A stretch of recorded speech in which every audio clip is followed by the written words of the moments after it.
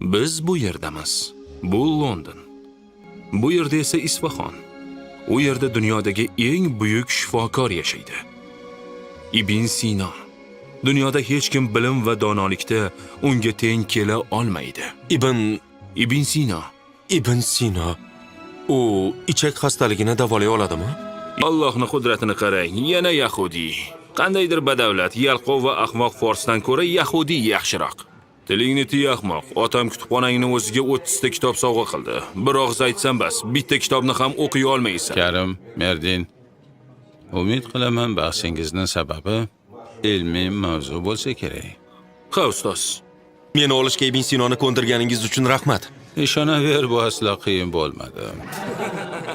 Kecha bir narsani kashf qildim. Buni sizlarga ham, Ustozni o'zi Hakim Ibn Sino bo'ladi.